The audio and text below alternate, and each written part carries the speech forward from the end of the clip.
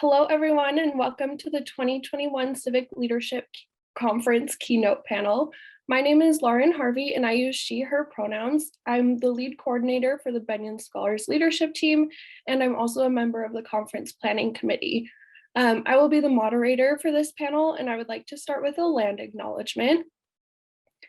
We at the Bennion Center acknowledge that the land on which we operate and which is named for the Ute tribe is the traditional and ancestral homeland of the Shoshone, Paiute, Goshute, and Ute tribes.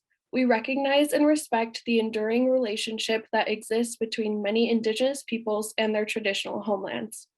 We respect the sovereign relationship between tribes, states, and the federal government, and we affirm the University of Utah's commitment to a partnership with Native nations and urban Indian communities through research, education, and community outreach activities. And then before we get started, I would also like to go over some community agreements and to share the process for submitting questions during this panel. So the community agreements are speak in I statements, engage and contribute fully and genuinely, be purposeful and to the point, be conscious of sharing airtime with other participants, lead with compassion and respect, and create an inclusive environment where everyone can thrive. As a quick reminder, this session will be recorded and uploaded to bennioncenter.org/conference. We will be taking questions through the Q&A box. Please type in your questions at any time, and the moderator, myself, will ask as many as we can get to.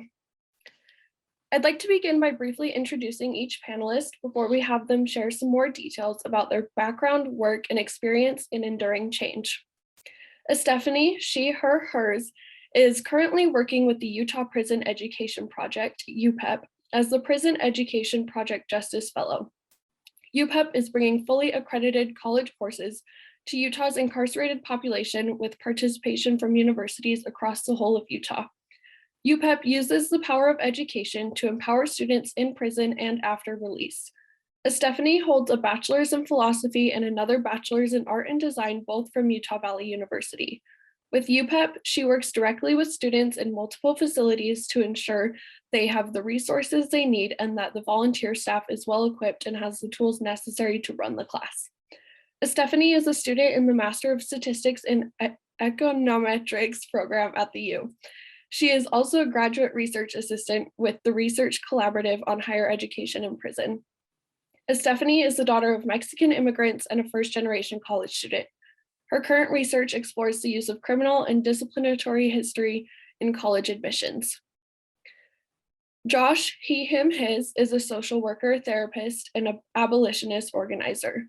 Josh currently works at his therapy practice, Wise Mind Behavioral Therapy, specializing in care for individuals experiencing suicidal ideation and borderline personality disorder, along with care for LGBTQIA2+ folks. Josh currently organizes with Decarcerate Utah and the Salt Lake Community Bail Fund, working to shift resources from police and carceral systems to systems of community care. Josh has worked in the social work and social services field for 8 years, with experience in community mental health in teens and adults, domestic violence and sexual assault, LGBTQIA2+ communities, HIV/AIDS, substance use and harm reduction, criminal justice reentry, and unsheltered and homeless services. Josh completed his Master's of Science in Social Work from the University of Texas at Austin. Jason Groth, he, him, his, is the Deputy Legal Director at the ACLU of Utah and a member of the Utah Sentencing Commission. Prior to joining the ACLU, he attended the University of Iowa College of Law, where he earned the Willard L. Boyd Public Service Distinction with highest honors, and after graduation, he worked as a public defender in Colorado, representing adult and juvenile clients in misdemeanor and felony cases in trial and on appeal. We can now move the time over to Stephanie to introduce herself. Hi, thank you, Lauren. I just wanted to start off by thanking the Bennion Center for having UPEP, and we're really excited to share about the work that we've been doing. So that half of the introduction was actually my colleague, Ruben, who was supposed to be here, but I actually took his place. So yeah, I'll just get started. So as Lauren said, my name is Stephanie, and I'm a student here at the University of Utah. I am studying statistics in the economics department, and I'm in the last year of my master's program. So I'm very excited, as you can imagine, to graduate and to move on to probably more school. I am also a research assistant with the Research Collaborative on Education in Prison. And I joined UPEP back in 2017 when the program initially started. So I was a part of the very first semester. And back then we didn't have as many people a part of the program. So it was just kind of a few of us running the show, trying to figure out what works, what doesn't work. And it was really great. And I've been with the project ever since. So I joined the project because I've always believed in the power of education. As a first-gen graduate, it has made the biggest difference in my life, but also in my family's. I'm the first one to go to college, but now tons of my cousins are here on campus in addition to my siblings and other family members. So I'm always super proud of them and feel very fortunate to be here. And in addition to that, I've also had family members who have had been incarcerated for most of their lives. And I know had they had the same educational opportunities that I've been privileged to have, that their lives would have looked a lot different. So yeah, I'll just get started. And if we could just go to the next slide, please. So this is our mission statement. Committed to social transformation, UPEP advances educational equity through on-site higher education, empirical research, and advocacy. Next slide, please. So why higher ed in prison? Higher ed in prison is a response to the harms of mass or targeted incarceration in the US. So incarceration isn't just simply racist, it's born out of racism. And this graphic that I have on the screen is actually from Ben & Jerry's, and it's a visual representation of how we understand contemporary punishment in the US as evolving from slavery. Thank you. So we have a multi-approach to the work that we do. We first and foremost have our on-site higher education programming. So we view the prison as our satellite campus. And our goal is to replicate a classroom as you would if you were taking a class here on campus, just inside of the prison. We also have a team of researchers that study the landscape, college and prison across the country, and all the ways in which incarceration, higher education, and life opportunity intersect. And this is my main role at this point in time. And if anyone has any questions later on, I can answer more about some of the other projects that we do as a research team. And lastly, we do our work through advocacy. So UPEP seeks to be a local, regional, and national leader in forging ethical prison-university partnerships that provide high quality and meaningful post-secondary opportunities for incarcerated people. So here's just a little bit about the program. So right now at this point in time, we are serving 8 groups of students in Draper. So we are in different facilities within the Utah State Prison. So in Timpanogos, Wasatch, Ochre, Olympus, Promontory, and the Uintas. And in 2017, when we first began, we were actually only serving 2 facilities. So we've grown quite a bit over the last few years. And in any given semester, we have over 30 volunteers. Altogether, volunteers donate well over 1,200 hours of service each year. And it's really important because of them that we're able to keep all of this going. UPEP follows a 3-semester schedule. So just like here at the U, we offer a fall, spring, and summer semester. And we are very happy to announce that this semester, we actually started our very first credit-bearing courses. So we are offering an Inside Out course with honors college students. So meaning that 10 students from on campus go inside of the Draper facility and attend class with 10 of our incarcerated students. And then we also have a class through BYU, and it's a history course. So we try to match the interests of students and each semester. And while not all of our classes are credit bearing at this point, we hope to get there hopefully very soon. But because we're not there yet that all of our classes are credit bearing, we are able to match what students want to take with what volunteers are willing to donate their time to do. And we also offer a computer literacy. So we have a computer lab where students can come in and use any of the laptops that we have. And we also have a teaching and learning lab for each course. So this is specific time that students are allowed to come in after class, and each course will have this lab where they have tutors who come in and help with any of the material for the class. And also the professor might come in to help with anything in addition to that.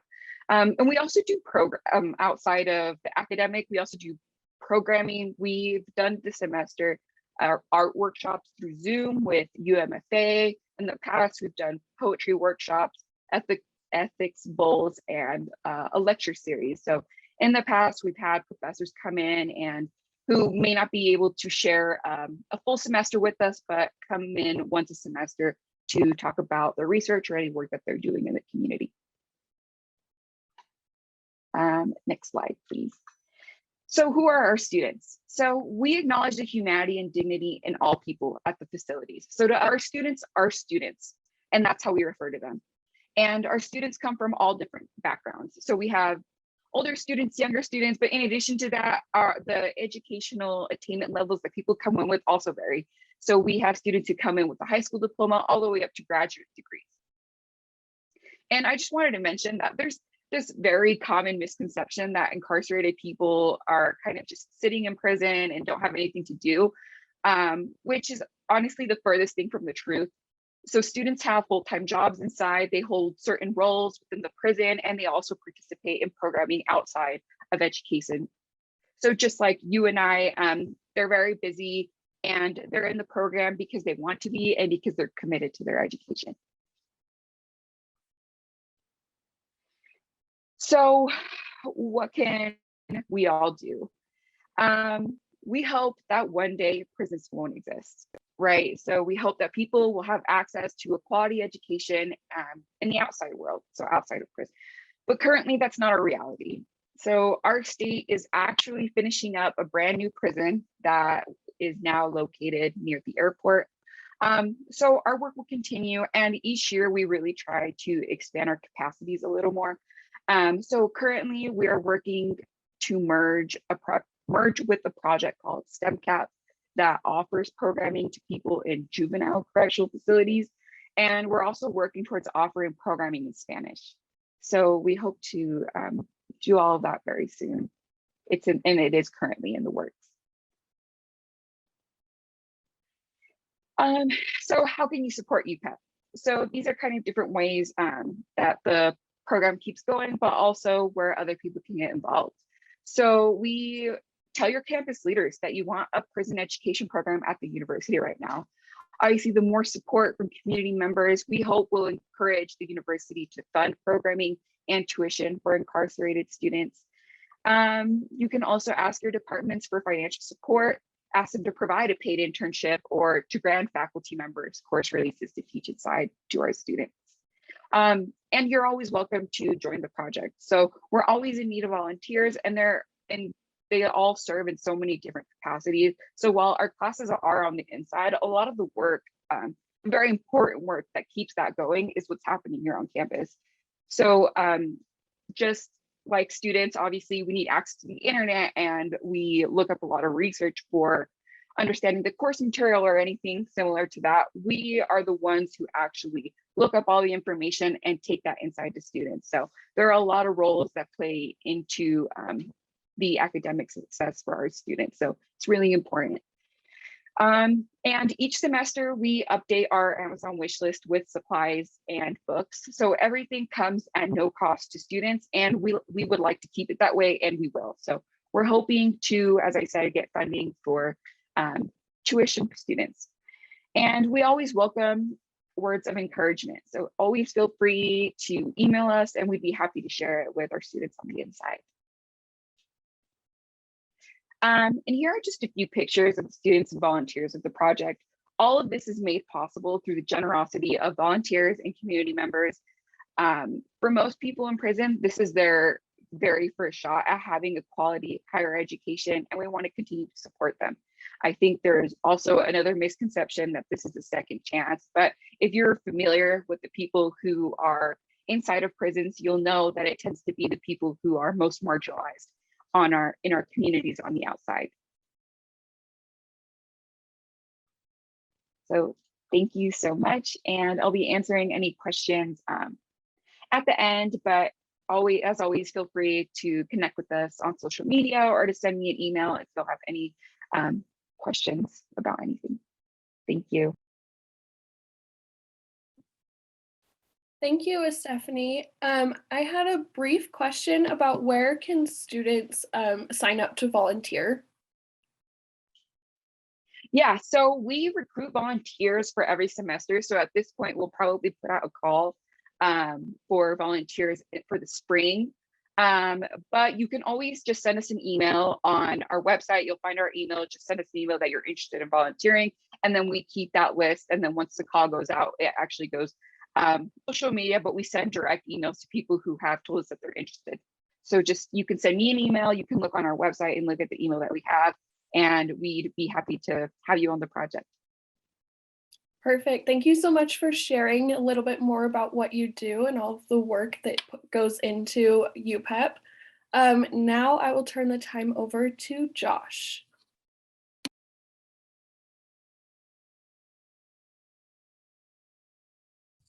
Make sure you unmute, Josh. I was muted. My apologies. Hi, everyone. My name is Josh Kivlovitz. My pronouns are he, him, and I'm an organizer with Decarcerate Utah. My day job is I'm a licensed clinical social worker in my own therapy practice, so that also informs a lot of the work that I do around abolition. But today I'm coming to you all to share about the work that we're doing at Decarcerate Utah with the various projects that we have. So a little bit about Decarcerate Utah. We are a prison abolitionist collective that was established in 2017. So we're a grassroots organization that's entirely run by volunteers and people that are involved in organizing in different capacities. I should say we do have one fellowship right now funding for a full-time person in our organization, but typically we are run completely by volunteers. And our goal is to dismantle the prison industrial complex and end the harm that it perpetuates. And in place of that, start building life-giving and sustaining systems and models, such as mutual aid, reparations, harm reduction, and community self-governance.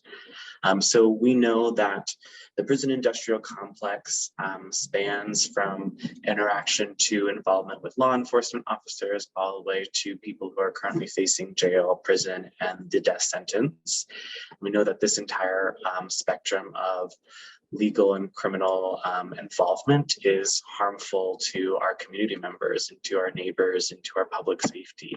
So our goal is to end all of these structures and replace them with new structures that are sustaining and actually help cultivate community empowerment and safety in our communities. As part of that work, we're also very mindful of the different intersectionalities of oppressive structures like settler colonialism, racial capitalism, heteropatriarchy, ableism, and trans misogyny. And these are all parts of our core community values that we're working to dismantle.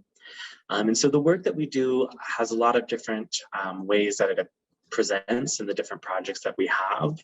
So we do a lot of work around education and outreach to our community. We host workshops, we organize action campaigns around the abolition of policing in prisons and jails, including immigration enforcement and surveillance. And we push for alternative models through policy advocacy and community organizing. So I wanted to spend a little bit of time today talking about the various ways that Decarcerate Utah is getting involved in this mission and the different committees and projects that we have. So the first committee that is probably most central to our work is we have a group that's working on defunding the police. So our ultimate goal is to be working here within Salt Lake City and hopefully as time goes on to other cities within Utah to divest money from police and reinvest that money in systems that we know actually create safer communities. So taking that money from the city budget that goes to law enforcement and using that money towards things like additional shelters, housing, harm reduction resources, food, clothing, all the basic needs that people have that we often find lack of, leads to people committing what we classify as crime in our legal code, which is often just people trying their best to survive when faced with trauma, mental health, and substance use issues, as well as poverty. So our goal for the Defund Police Committee is we do different organizing actions such as city council call-ins. This year during the budget cycle, which happens in late spring, early summer, and is signed and approved at the end of summer, we created an alternative budget to what was proposed by Mayor Mendenhall that featured a 50% reduction in resources given to the police, and we proposed different ideas about where that money could go in hopes that the city would ratify a different budget. We do work around creating protests and rallies to help get the word out and organize our community members in favor of defunding the police. And we also partner with other grassroots and local organizations that are doing this work as well, such as the Rose Park Brown Berets, Wasatch Tenants United, SWAP, and some other organizations as well. We also just recently published, if anybody's interested in learning more about that work, we just published a People's Budget, which is a budget for our city that is based on a survey of over 100 residents about what they would like to see in their city budget. So we're doing a lot of work about learning what our community wants and how that can apply to our goal of abolition. Another project that we have that is really exciting that a lot of people might have heard about is our Salt Lake Community Bail Fund, which we launched last summer after the protests, and a lot of bail funds came out in support of protesters that have been incarcerated due to their advocacy and organizing work. We started a Salt Lake Community Bail Fund, so that way there's a bail fund available for people who aren't being arrested for protesting, but just being arrested due to having increased interaction with law enforcement and don't have the financial ability to bail themselves out. So our Salt Lake Community Bail Fund has two missions. One is we're working in the short term to create a resource for people who are incarcerated to have their bail paid so that they can be freed from the jail system and return to their lives and their communities. So we fundraised a lot of money in order to help bail people out. Last year, we raised over $150,000 and we were able to bail out 71 of our community members from the Salt Lake County Metro Jail. And then beyond that, we do work with legislative members and other community organizers to hopefully end cash bail and pretrial detention long term. So we create or we work with different community groups and legislature members, and we're doing projects around evaluating risk assessment tools for setting bail. There was a lot of legislative action in the past couple legislative cycles around bail, if anybody was paying attention to that, and we were plugged into those conversations and trying to advocate for the end of cash bail. Some other projects that we have, as well as we have our Utah Prisons Correspondents, which is a group of volunteers that write letters and help build community with people who are currently incarcerated. So we create conversations and help people stay connected to the outside world while they're enduring being incarcerated in prison and jails. We have our General Defense Committee, which is a group of folks that are providing support for people who are going through the legal process and facing difficult and long-term court battles due to their advocacy or organizing work or other issues that have come up resulting in them being in court long-term. We've done projects around alternatives to calling the police, and we have a recorded workshop that we offer for anybody that's interested in that. We've been involved in mutual aid projects for unsheltered neighbors, providing food and services directly to them. And we also have additional projects that we're working on, including evaluating the intersection between social work and social services and abolition. And we spend a lot of energy also trying to create pieces of education for our community members.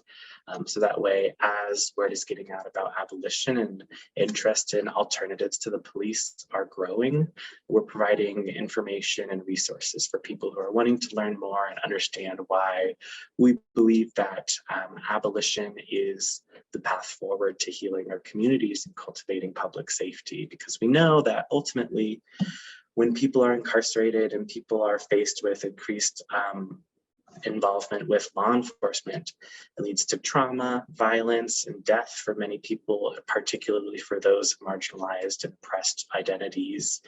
And our goal is to dismantle those systems, because we know that while we can reform it as much as we want, like as Stephanie pointed out, the roots of this structure and the roots of this system that we have now never came from a place of good intention, never came from a place of scientific backing or evidence-based support for decreasing harm, but it came from the structures that inform our society, like capitalism and racism and transmisogyny. Our goal is to create something new that is restorative and healing for our communities. So those are some of the ways that we do it. For anybody that's interested in getting involved, you can visit our website at decarcerateutah.org, and we have a Get Involved button at the top. You also feel free to send any messages or reach out to us if you have any questions about what involvement can look like or why we do the work that we do. But we are always in need of more resources and more time and more energy putting into this, because there's a lot of work ahead of us to create a prison and police-free Utah. And thank you so much for listening to our spiel. Thank you for explaining all of your multifaceted work, Josh. Next, we will hear from Jason. Oh, I have a question coming in real fast. The question is, if Josh, you could define some of the systems that you're working against.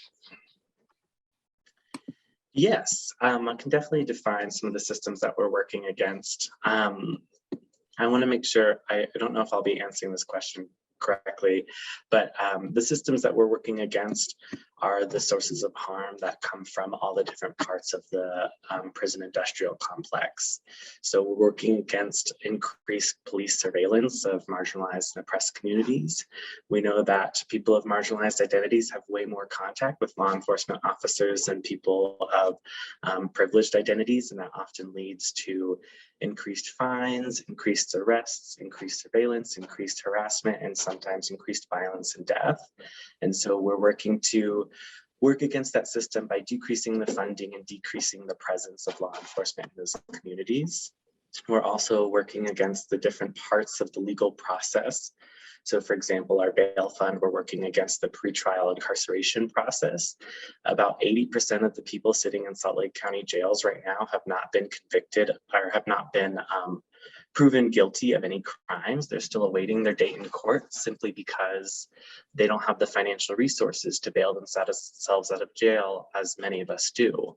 And so we're working to decrease the amount of time that someone has to spend in jail and hopefully eliminate the system that puts them there in the first place, because we know the longer someone spends in jail, the more likely they're to lose their job and lose connections with their family and loved ones, lose custody of their children, lose connection with other social services that are helping provide their support, including mental health and substance use services. And while the jail boasts about some options that are available to them in the jail, we know that those services are coerced and often subpar compared to what options are available outside of jail. Not to mention the trauma of being incarcerated in the Salt Lake County Metro Jail. And then beyond that, of course, moving into people who are convicted and proven guilty of crimes, we also challenge the idea that prison is an effective means to help create accountability and address the harm. Prison is a reactionary recourse that we have for people who commit crime, but we know that what is considered crime is not always across the board what actually causes harm, and the things that actually cause harm are not across the board considered things that are harmful. And so we know that the prison system is reactionary and punitive. And as someone who's a behavioral therapist, we know that the science says punishment without opportunity for people to have tools to make changes is one of the least effective ways that we can create behavior change. So we have to ask ourselves the question, if we're truly trying to reduce harm in our community, why are we using the least effective tool? And we can follow the roots of the prison industrial complex back to its origins and answer that by saying it comes from a place of racism and capitalism and trans misogyny. We know that prison has been a place where those communities are overrepresented. So we're hoping to cultivate systems that offer alternatives to prison and jails that allow for us to address harm in our communities that actually works and actually holds opportunity for accountability.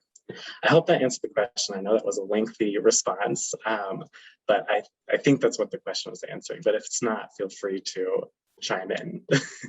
I think so too. I think that was a really helpful kind of explanation of the different facets of incarceration and policing that you kind of target as an organization.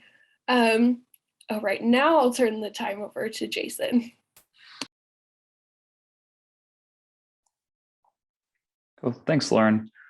I just want to thank the Benyon Center for hosting this today, and also want to just note that I'm definitely honored and appreciate being on this panel alongside of Stephanie from UPEP and Josh from Decarcerate Utah. They're doing a lot of really important work here in Utah, and I definitely appreciate the work that's been done and will be done in the future for each one of the organizations.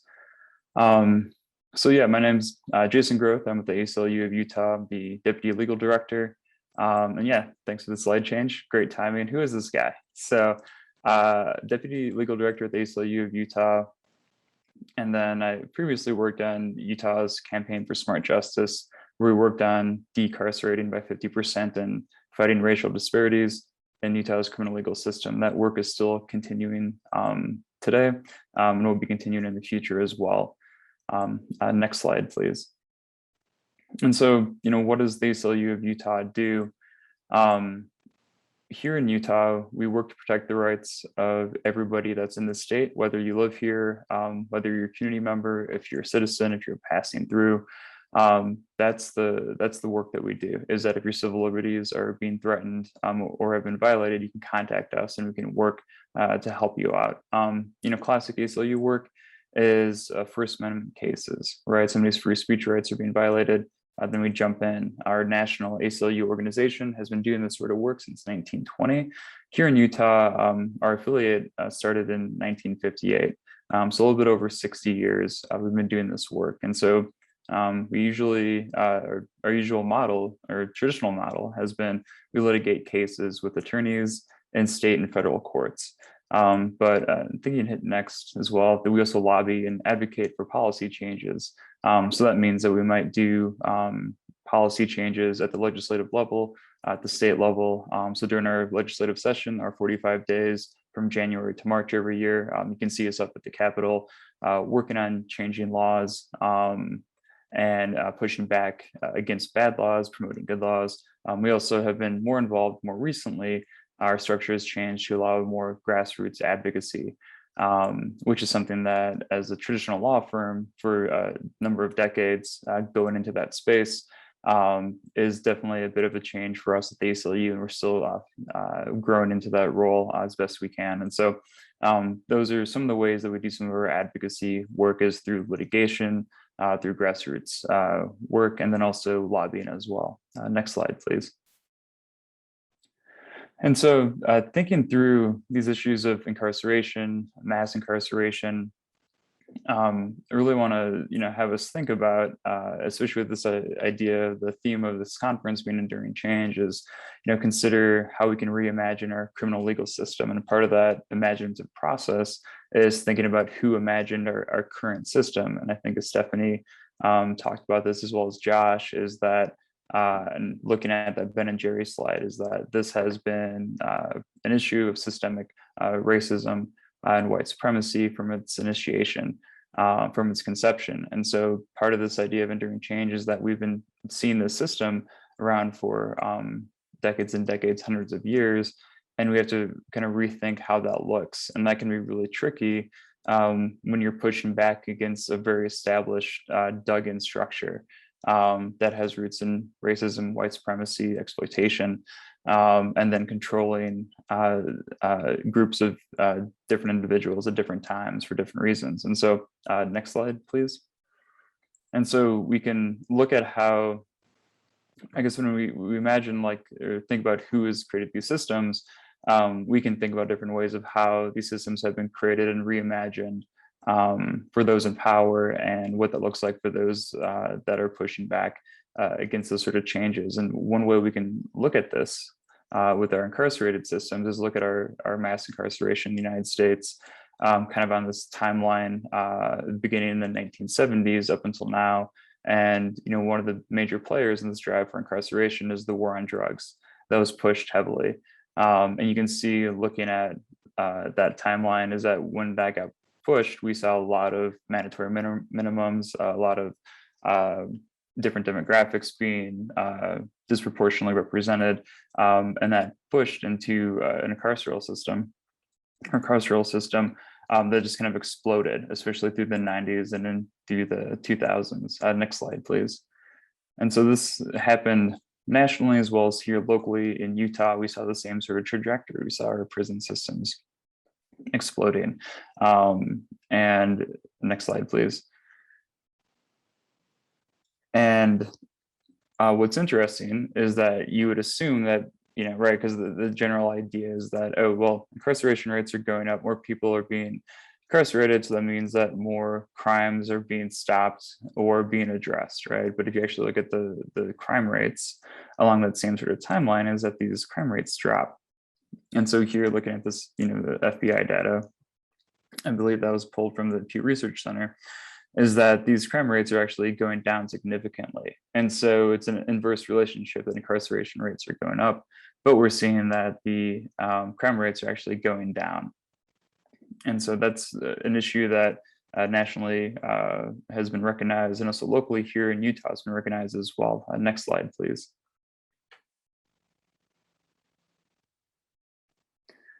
And so Utah wanted to figure out how we can end this issue with mass incarceration locally.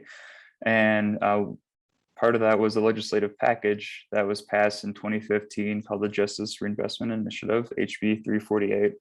And one of the main things that did is that it reduced drug felonies from class 3 felonies down to class A misdemeanors. And so people wouldn't be pushed into the prison system. There'd be hopefully more options for treatment, was the idea behind it, that there was going to be more availability for substance abuse and mental health treatment to get people diverted away from prison, from incarceration, and get on a path to success. One of the issues, though, is that it wasn't properly funded. And then we didn't see a lot of Medicaid funding up until recently.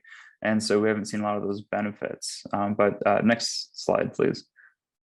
But we did see that it did indeed have an impact.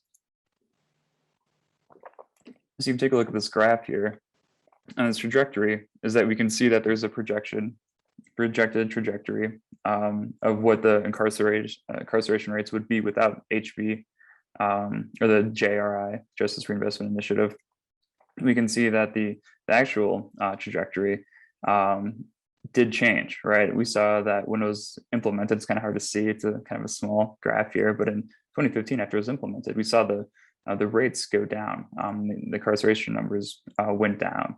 The projections did take up a little bit faster as far as the rates going forward for the projections going ahead.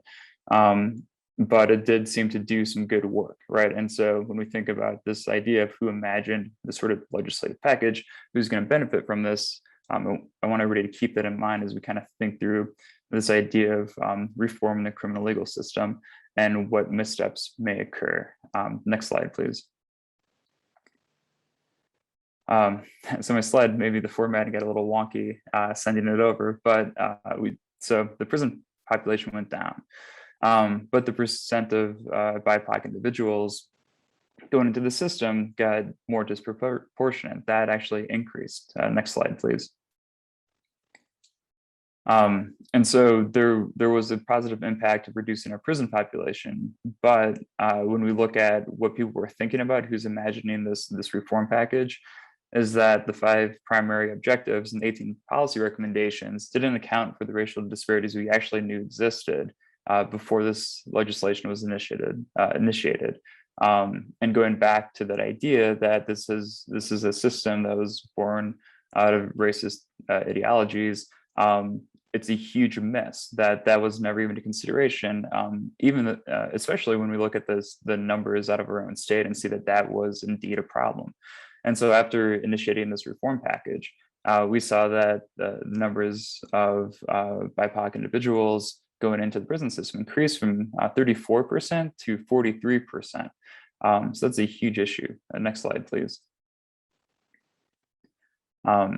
And so just looking at the data right after JRI was initiated, we see that the imprisonment rates racial disparities are highly problematic, where Black adults in Utah are 8.3 times more likely than white adults to be imprisoned. For Indigenous populations, it's 6.4 times the rate of whites. And then also troubling, this is a national trend as well, is that women being incarcerated increased by 152%. And one of the reasons, I mean, that's obviously problematic anyway, but considering that 80% of women that are incarcerated are mothers, you can really understand the toll this takes on family dynamics. Next slide, please. And so even though we put in the work to try to get this policy changed to control our expanding prison population, even though it did dip that incarceration rate or general population, we see that actually in 2019, Utah actually had the second fastest growing prison population in the United States. Next slide, please. And if you look at the reason for admission, it's because people on parole and probation are being revoked. 50% of the people being revoked from parole and probation were coming from community supervision because of technical violations. So there was some sort of technical issue that happened. It wasn't a new crime, but if somebody missed an appointment, if they couldn't get a housing or a job as a condition of parole, they could be sent back to prison, and indeed they were. Next slide, please. And so those are two big issues, is that we have a huge racial disparity issue here in Utah, just as we do nationally. And also we have a very fast growing prison population, the second fastest in the country. And so we had to think, how do we reimagine our current system? And this idea of enduring change is that it's very incremental, that generally you don't see a lot of this change in broad sweeps, right? That's not always the case, but generally you see things being chipped away at. And so when we were rethinking or trying to reimagine how do we address some of these issues, we worked in the policy realm to get at these problems. Next slide, please.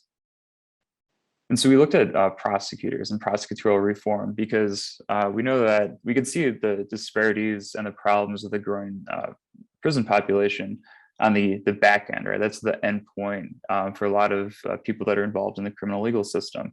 But there's a lot of inputs going into there, and that's the law enforcement side of things, and that's prosecutors. And prosecutors are very powerful actors in our criminal legal system. They have significant discretion on filing charges, not filing charges, putting people into diversion programs, declining to file charges on certain crimes across the board. And then also the trajectory of the case is determined often by prosecutors' input decision making. And we wanted to get more information on the drivers of mass incarceration and racial disparities by looking at what prosecutors are doing. Next slide, please. And so we worked with Representative Marsha Judkins to pass HB 288, the prosecutor data collection amendments in 2020. This requires collection of demographic information and case information, so we can see who's being charged with what type of crimes, who's getting diversions, whose cases are being dismissed, what charges are being declined. And this is for every prosecutor office in the state, from your municipal prosecutors to the AG's office. And then that information gets aggregated and sent to the Commission on Criminal and Juvenile Justice to help better understand and do an analysis of what's going on in what has typically been a kind of a black box, where nobody really knew what prosecutors were doing or what they were deciding. This will help us get a better idea of those inputs going into the systems. We can better address a lot of these issues that we see in the back end, but we know that they were occurring right up front. The next slide. And so the other issue too with parole is that the main driver of the prison population in Utah are people that are coming from parole and probation revocations. And we know that if people are successful on parole and probation, that there's going to be a much smaller prison population. Next slide. And so with those two considerations, we worked with the Representative Kevin Stratton to pass HB 290 in 2021, parole and probation amendments. And so that idea of getting away from a punitive centered dynamic with probation and parole was kind of one of the impetuses of the bill. And so this bill requires the Sentencing Commission to update the policies to reduce prison admissions for those technical revocations that I mentioned. So if somebody's missing an appointment or if they can't get employment, that you shouldn't be penalized. The solution shouldn't be to send somebody to prison, where often that just repeats cyclical issues going on in somebody's life, but we should be more to empower that person, to help that person succeed, and also to avoid a punishment-centered approach by encouraging people to succeed by rewarding people for succeeding. And so reduce time on probation or parole, or early termination of probation and parole because somebody's being successful. Generally, one of the big issues you see is that people that are over supervised, that don't need additional supervision, are more likely to not succeed. And so if you need minimal supervision, you're over supervised, often that will lead to somebody being not being successful at all, where no supervision actually would increase their level of success. Next slide, please. And so just generally, if you have any questions about anything, you can always hit me up with an email that's on there. Go to our website to get involved. Our social media is active as well. But overall, just thinking through a lot of these issues and a lot of these reforms is it's kind of a slow process. There's a lot of different stakeholders and players in the game, and it can be very dynamic, where the approach that the ACLU often takes is through litigation in the courts, through the policy changes at the legislative level, and then also grassroots advocacy as well. And so, yeah, that concludes my presentation. Thank you. Thank you for sharing, Jason. Now we are going to move into the Q&A portion of our panel today. So if anyone in the audience has questions, feel free to submit it through the Q&A button at the bottom of your screen, and we will filter through those questions. I'll start with some of the pre-prepared questions that we have, so that y'all have a chance to think of some questions and throw them in the Q&A section. I have one question for Josh first, and that is increasing community control in neighborhoods a possibility? I think this is a fantastic question, and I think it often gets asked in conversations around abolition and police reform. I want to answer this question with a couple questions, which is how do we determine who gets community control? One thing that we know about our democratic processes in this country, locally and nationwide, is they're not always the best at creating representation for our communities. We know with gerrymandering and voter access, ability to make it to the polls, how are we going to decide as a community who gets community control of the police and what that looks like? I think a great example is our current legislature nationally. The kind of proposals that people are making nationwide don't align with the actual polls about what communities want when it comes to past legislation. The other thing that I think is an even more important question is what is the purposes of us taking control of community policing if we know that policing is not a very effective tool for changing crime and harm in our community? Police walk around and surveil communities with the tools of arrests, fines, and violence. And we know that those aren't very effective tools to minimize harm in our communities. What people need, oftentimes, what is most correlated with decrease in harm and crime in our community is increased access to economic mobility and economic resources, increased access to social services, and police don't offer any of those things to our communities. And so is the purpose of taking community control to minimize violence and have more oversight? But if our goal is to just have more oversight over the police, then we also have to ask, what is the police, what purpose do they serve in our community? The last thing that I also think is a really great resource that I would encourage folks to look into is one of the leading abolitionist leaders in the community and the conversation nationwide, Miriam Kaba. She published a tool that people can use that's about kind of evaluating whether reforms towards abolition are actually moving towards abolition or further bolstering the entrenchment of our current prison industrial complex in our communities.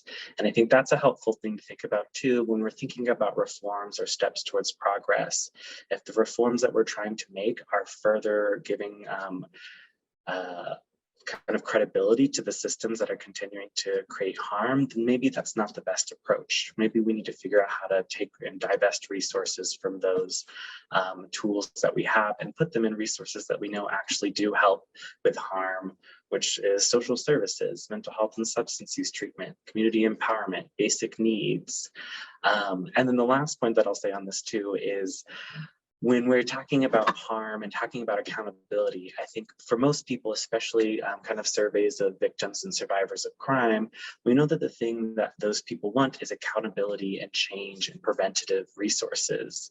Police are not preventative, and in fact, police often become a barrier to people taking accountability for the harm that they've created, because they know if that they take accountability for the harm that they've created, they're now faced with the entire criminal legal system and the harm that creates, right? If I commit harm to someone and I feel really guilty or want to take accountability for it, doing so now would require me to face a really traumatic experience of going through prison or jail or the criminal legal system, a financial burden, a burden that would take me away from my community and my resources. And that really disincentivizes people from submitting themselves to any meaningful accountability process. So to summarize the answer to that question, we don't necessarily want to invest in systems that don't actually help us move towards our greater goal of accountability and reducing harm. So kind of dovetailing from the idea of community control, all of you touched on different aspects of changing or abolishing the criminal legal system, prisons, defunding police, etc. How do you explain that to people who strongly push back because those ideas sound quite, quote unquote, radical?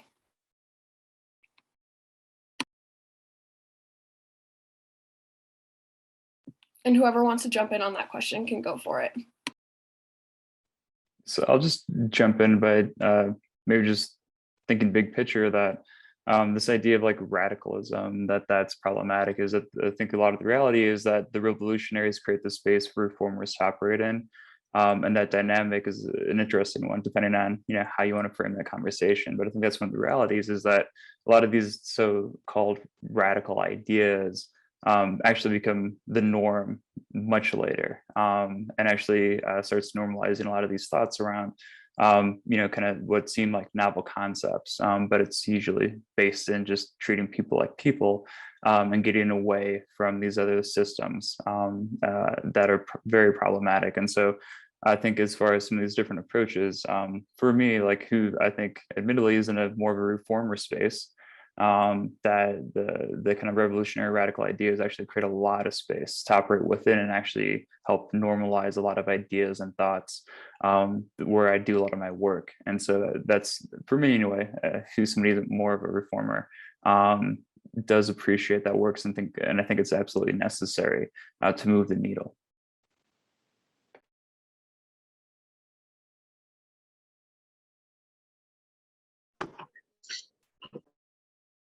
Oh, sorry, Josh. No, I just wanted to jump in and say that I think this idea that people think that it's radical, that, oh, what would we do with a world without prisons or a world without police, kind of have this idea that these current systems are working, and they're really not. I think we know what works. We know that when people have what they need, when people have housing and employment and things that let them thrive, people do well. So there's that. And if we can show an example of another system that fails as often as our prisons do, we wouldn't be supporting it. So I think we oftentimes distance ourselves from what's actually going on in prisons from our society now. And there's, sorry, you guys, but I think a lot of that comes from not knowing what's going on. And a lot of these times prisons are distanced from where people actually have to live. So like here, for example, unless you lived out in Draper, you wouldn't be forced to think about what's going on in prisons or anything like that. And I think people also forget that the majority of people who are incarcerated are going to be released. So one way or another, we need to find a way to welcome them in our society and to provide them with the things that they need so that they are engaged community members. I love that. And I want to add on a couple more ideas to that too, if that's okay. But there's, when we think about kind of like radical, I often think about kind of the emotion that comes behind that, which is this fear of the unknown, right? This fear of this messaging that we've been taught in society about police and jails keep us safe, and that's what we've been taught, and deviating from that means that our communities will become less safe. But the evidence doesn't really support that, and that emotion of fear is like a really intense emotion that often steers us away from a lot of things that could create positive change. When there are communities out there that are existing without the constant surveillance of police, when we look at white suburbia, upper middle class, we know that the police interaction with those communities is minimal, if barely existence at all. And the resources putting into policing and patrolling those neighborhoods is much less than other communities. And they're doing just fine, right? Because they have the economic resources to do so. They have the economic resources to get their basic needs met and the social mobility to be able to do so. And so the other part of this too is when prisons and jails were first invented, we didn't worry that they were too radical because they came from these social structures that of capitalism and racism and transmisogyny that really bolstered the idea of this being what is effective for us. And now as a society, we're hopefully, most of us are moving away from those ideals and recognizing that if that's where that is rooted from, we don't have to continue to tie ourselves to that idea. We have the ability to imagine and explore and experiment with other systems. And I think all of us here probably don't know for sure what the best approach is or what the perfect idea is, but we know what's working, what's not working about our current system, and that we have to do things differently. So Jason mentioned how like these revolutionary ideas kind of give space for reformers to enact their kind of goals in reforming the system. So on the flip side of that, how do abolitionist perspectives and organizations cooperate with organizations that work within the system, such as the ACLU, to center the needs of incarcerated individuals while maintaining the long-term goal of abolition?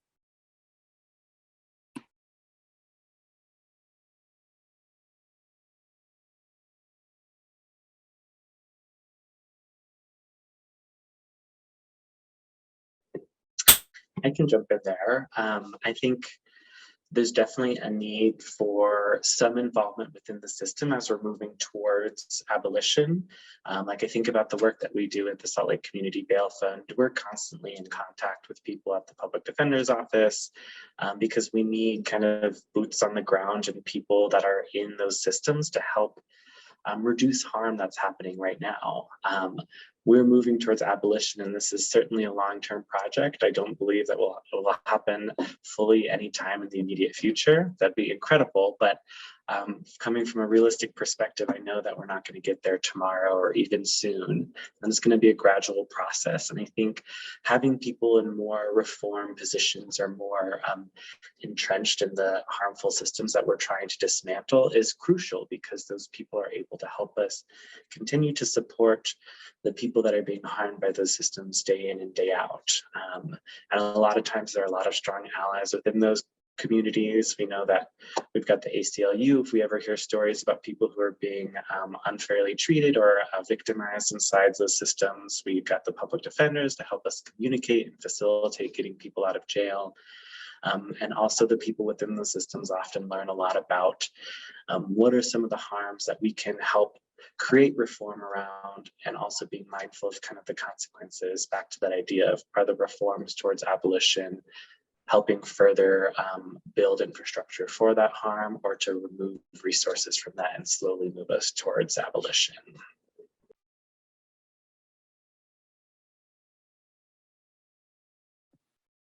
Perfect. Thank you for sharing. I have a question specifically for Stephanie now. This one comes from our Q&A submission. And the question is, for the school to prison pipeline, are there any initiatives trying to combat the current education system / structure? Thank you. So I wouldn't say that at this point in time, I'm too familiar with any current initiatives. Of course, we try to be as involved as we can in different initiatives and supporting them as they relate to education, incarceration, and any of those issues. So, but I would say that if there's anything that we can do about the school to prison pipeline, I think the very first thing we could talk about is removing police officers from schools. If we look at our school discipline systems actually very much mirror our incarceration system. So the same people that are impacted in prisons, who you find it's the same way, like people of color, Black kids specifically, are more likely to be disciplined inside of schools. And so when we think of what's going on and the systems that are in place to supposedly protect students, we should really be looking at who they're really looking to protect, because it's not everyone. And these policies that we do have in place are impacting people disproportionately, just like incarceration laws do. So I'm sorry I can't answer that question any better, but I'm sure that there's other people on our team or anyone else on this panel who might be able to answer that question too. And there's definitely been legislative pushes, especially with school resource officers or SROs, to get them out of the schools. If I'm remembering this correctly, I think Sandra Hollins ran legislation this last session, tried to do something to, I guess, remove SROs or limit them in schools. Did not pass successfully, but that's been kind of a perennial issue that's been popping up. And the ACLU has seen a lot of those issues, especially with gang sweeps in schools and very targeted like interrogations. And so there's a lot of legislative efforts I know that have been kicking around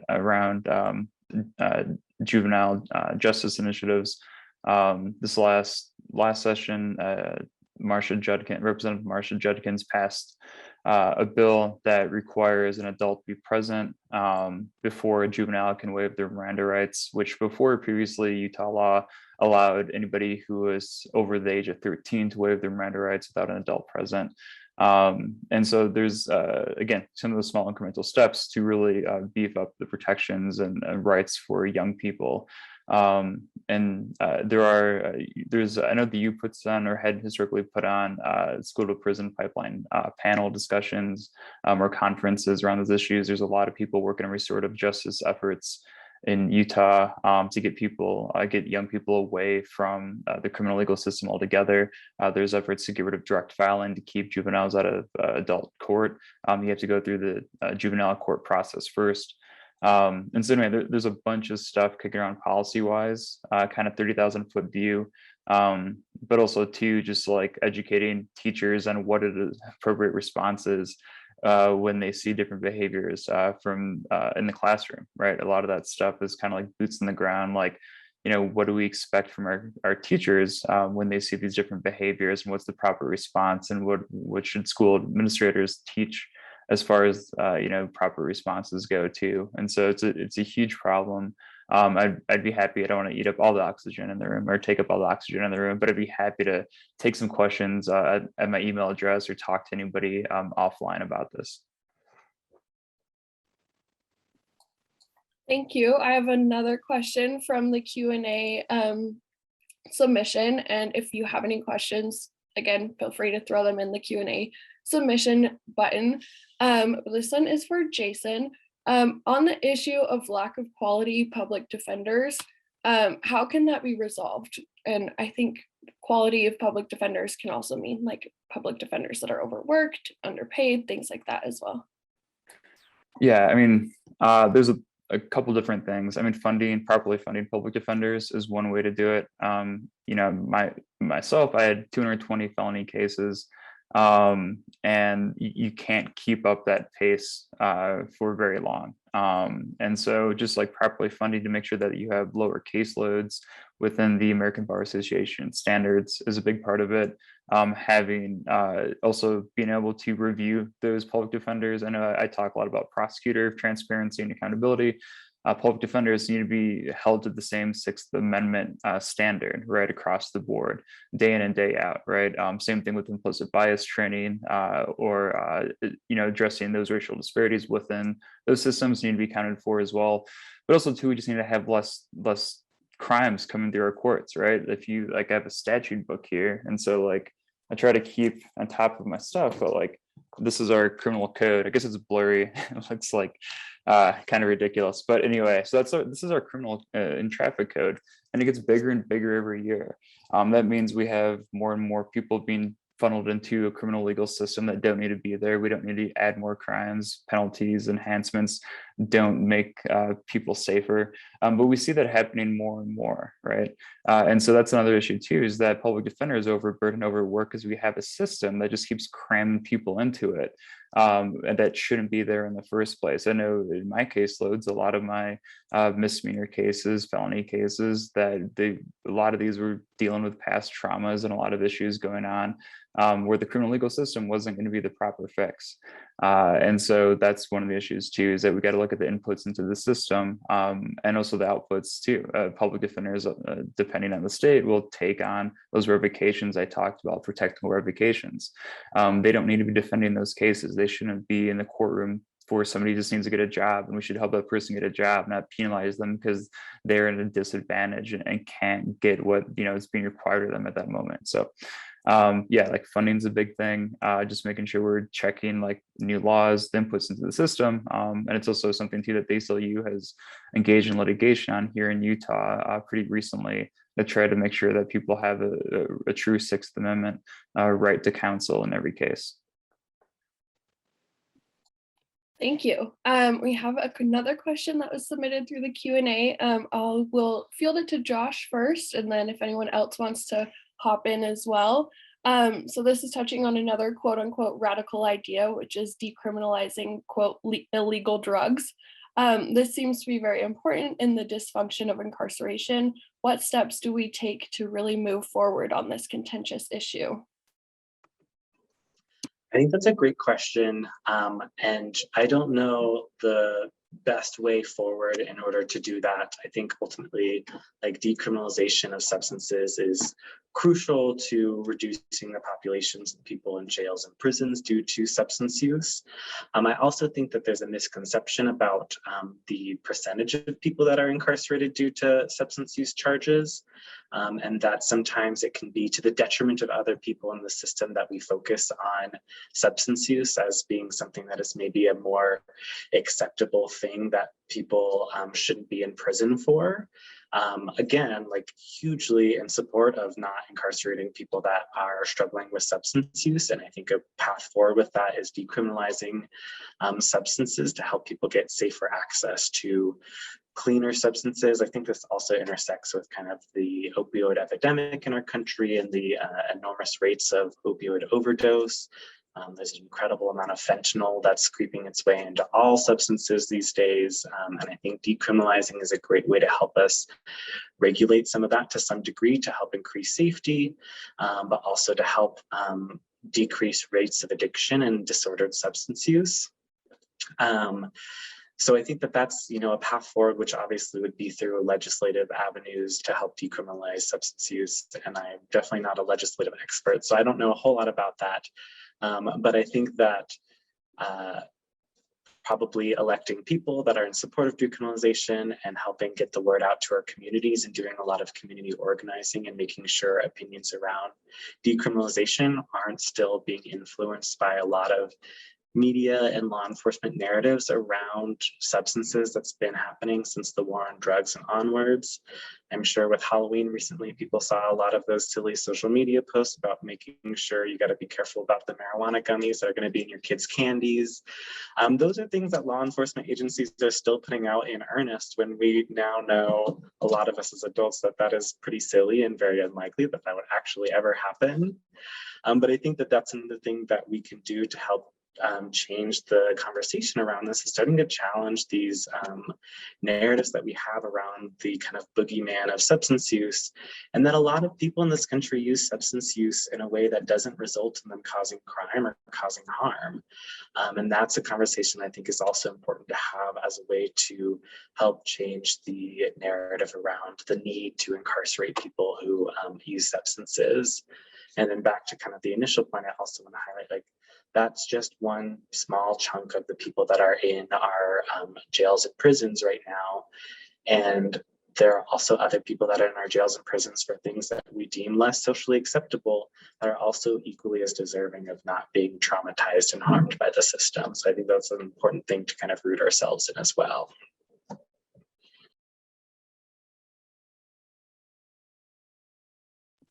Did anyone else want to jump in on that question? No? Okay. My next question is for Stephanie, and this was submitted when participants registered. What research are you currently engaging in, and what kind of research still needs to be done? Good question. So my work currently, so with the collaborative, we do a ton of different stuff. Mine particularly, I've for several years actually looked at different subset of institutions and asking whether they inquire about criminal or disciplinary history and admissions, and then looking at what kinds of things they're asking. And then in this newer project that we're working on, we have actually been able to talk to people in admissions and other people who are involved in admission decisions to kind of figure out what the process looks like once someone discloses that they have criminal history or disciplinary history. So we know that institutions are asking, the U actually asks. So fun fact, if y'all didn't know. And I think there's this misconception that people think that having this question, or at least we know that administrators think that having this question means that we are protecting our campus. But actually the research that exists shows the opposite. So it shows that institutions that do ask are not safer or not more safe than those that don't. And that these questions aren't actually screening potentially threatening students. And that there's also a lot of information written on the crime that actually happens on college campuses, and that most of the time these are people who might be I don't want to say first-time offenders, so I'll say people who for the first time are being convicted of some kind of crime on campus.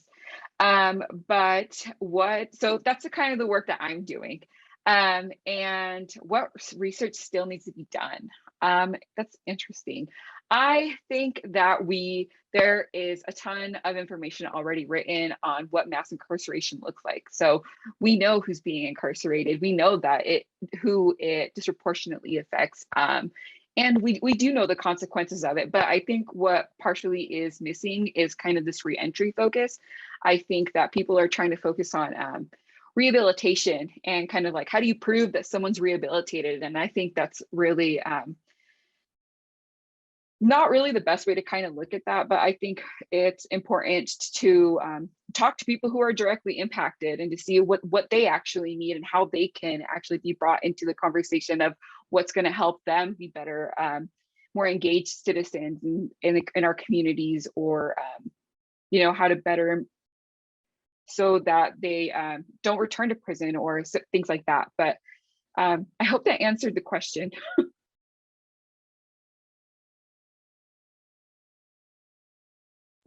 Perfect. Thank you so much for sharing some info about your research. It sounds really fascinating.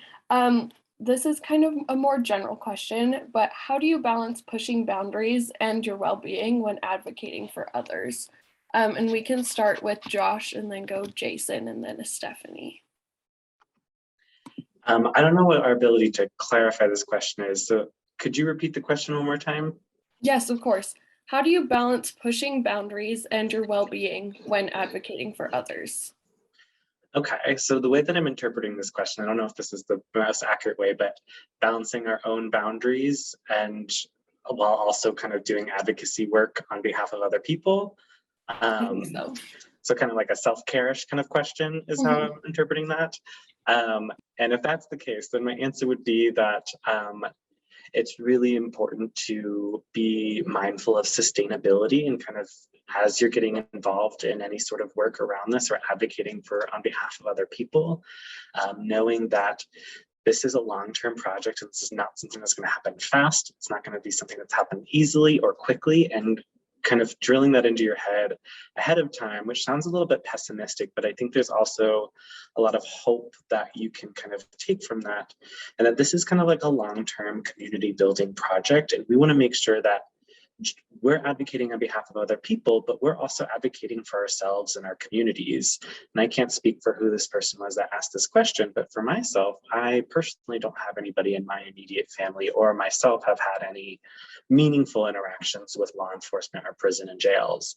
And I come with a lot of privilege from being able to do that, but not everybody in this work experiences that. And there are a lot of people that are pushed into this work because of their experience or their family's experience with it. And I think that that's important to root ourselves in. This is not just about these other people. These are about us. This is about who we are, who our family is, who our neighbors are, who the people in our community is. And if that's the case, we got to make sure that we're maintaining ourselves as we do this work, because we're doing it for ourselves just as much as everyone else around us. And the way that we do that is being really mindful of like not burning yourself out too quickly, not jumping and like throwing yourself into projects, being really mindful of checking in with yourself and checking in with the people around you about how you're feeling, and how the work is impacting you. It can be really heavy and it can be really burdensome because it is such a slow process and there are so many things working against meaningful change. And that can be really heavy. So making sure that you've got people that you are holding yourself accountable to and making sure that you're doing this in a sustainable way. And that you're also spending energy checking in with yourself, whether that be through self-reflection, therapy, self-care, community, whatever it looks like for you. For everybody, it's going to be different. But knowing that the boundaries are there to help create and cultivate communities, so that way you can do this long term because it's what's best for all of us.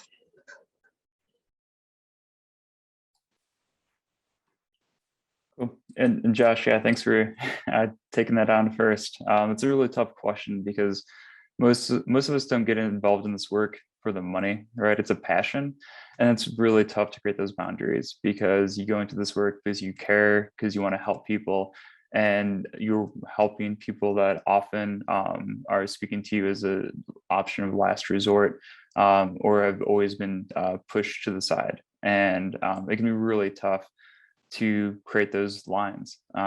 And so for me in my work, and as a public defender, I didn't do a great job of that. I remember I worked for 3 months straight, didn't take a day off because I was constantly going to the jail. My schedule was usually wake up at 7, get prepped for my docket that day, was in court most of the day, maybe hit a couple of motions then in the day, go home, sleep, eat supper, and then go back and go to the jail and visit until 11 at night, and then they'd kick me out of the jail, and then I'd rinse and repeat. And that was kind of the cycle. And then that was like just not sustainable. But at the same time, I couldn't, it was really hard for me to create a kind of a healthy boundary. So one of the things that I do now is, think about what I'm responsible for, what are my responsibilities, and really get, help understand that I'm not often the reason that people are in the situation that they're in, but I'm responsible to help them as best as I can, and stay within that lane. And part of that is understanding my capacity, what I'm able to do, given everything that I have on my plate. And sometimes you have to say no, which is super difficult. But to actually do the work, you have to say no, and be comfortable as best as you can say no, because by saying no in this situation, I can better help my client or move this bill along that we need to get passed. If I say yes to everything, I'm going to be feckless and I won't get anything done. And then just being able to acknowledge what you're able to do within your role, and having clearly defined roles with your team as well. and making sure that's defined from the outset. And so there's not a mad scramble and a huge, a burst of passion and guilt that kind of steers you off course, gets you out of your lane, and then puts you in these really difficult spots where you end up burning out within 1 or 2 years. These are long-term issues that I wish I could fix stuff within a year. And usually a lot of the work that we do at the ACLU, and I'm sure it's true with the other organizations too, it's like, these are like 3 to 5 year long tail initiatives. And sometimes it's a W, sometimes it's an L, and you got to kind of regroup and refigure, how you want to do your next strategy. And so I think that's, for me anyway, some ways that I've been navigating those difficult waters.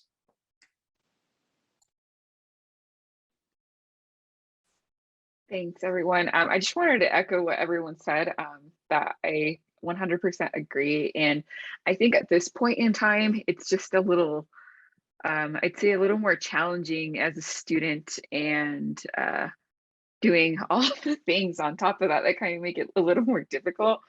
But I have learned over the years to understand that as much as I would love to take on everything, that I am only one person.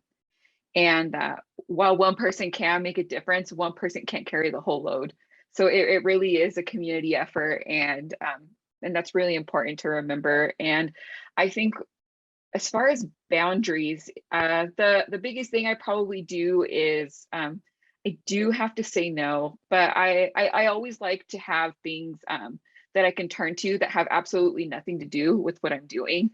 I used to go play tennis, and I really loved it because it would allow me to hit the ball and to get all that rage inside of me that I have out. So I encourage anyone to try that. Or if you don't have a tennis ball, scream into a pillow.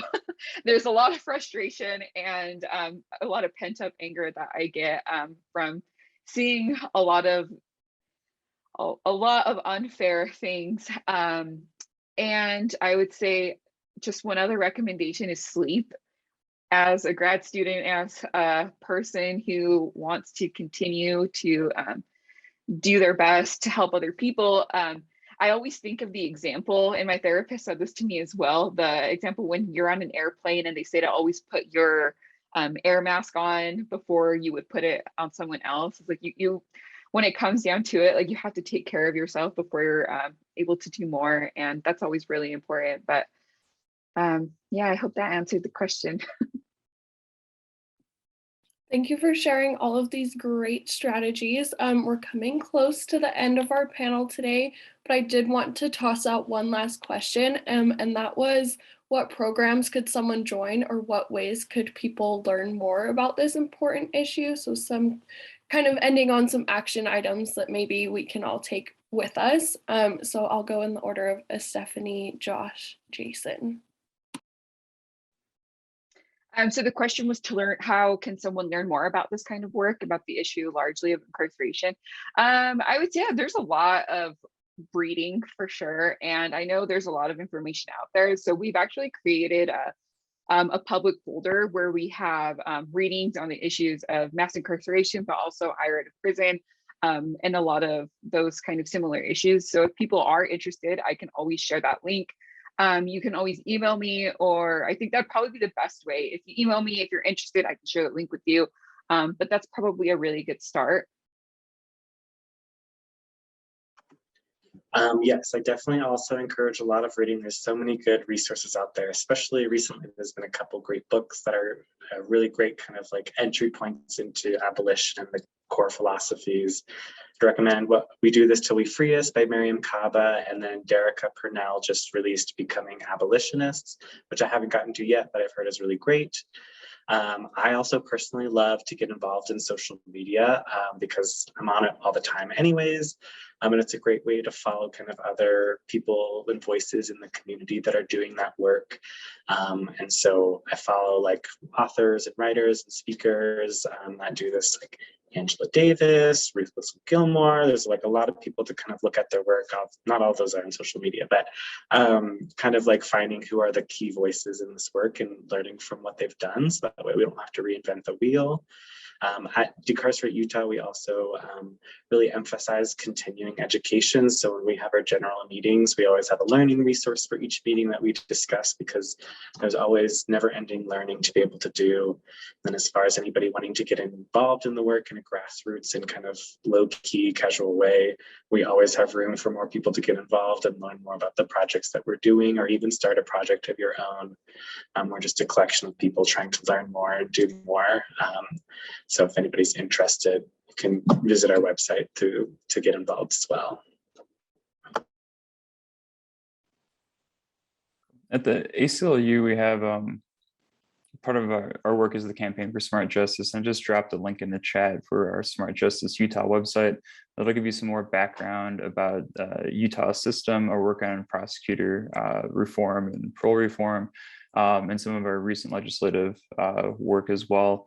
As far as reading materials, especially with mass incarceration, there's this really good book called No Justice in the Shadows: How America Criminalizes Immigrants. And that is another, we didn't quite get to that, the criminalization or criminalization of immigrants in the United States, but that's a long storied history. That's a very similar trajectory rooted in racism. If you look at the Supreme Court cases, I guess if you have a lot of free time this week and want to read some Supreme Court cases, you can look at the cases that are referred to in that text and really see how much this was, our whole immigration system was based on race and promoting certain demographics and literally preventing other demographics from coming into our country, and how that's being played out today. And so that's something that I would highly recommend. That's by Alina Das. I guess I have a Google link I could drop in the chat as well. It might be kind of lengthy, but let me pop that in now. Anyway, so definitely read up on that, because that's a huge part of what's going on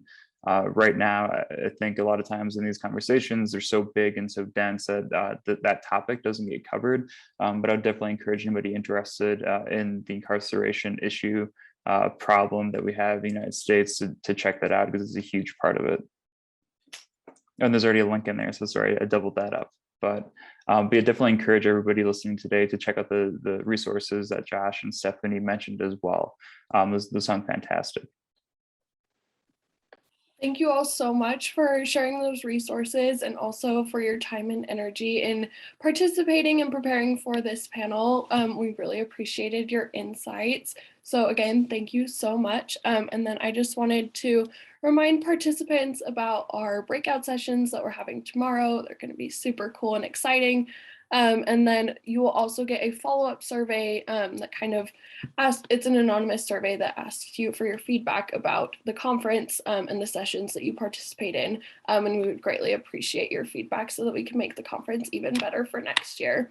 But yeah, thank you to everyone for participating, and have a good rest of your day. Thanks, everyone. Thank you so much. Thank you.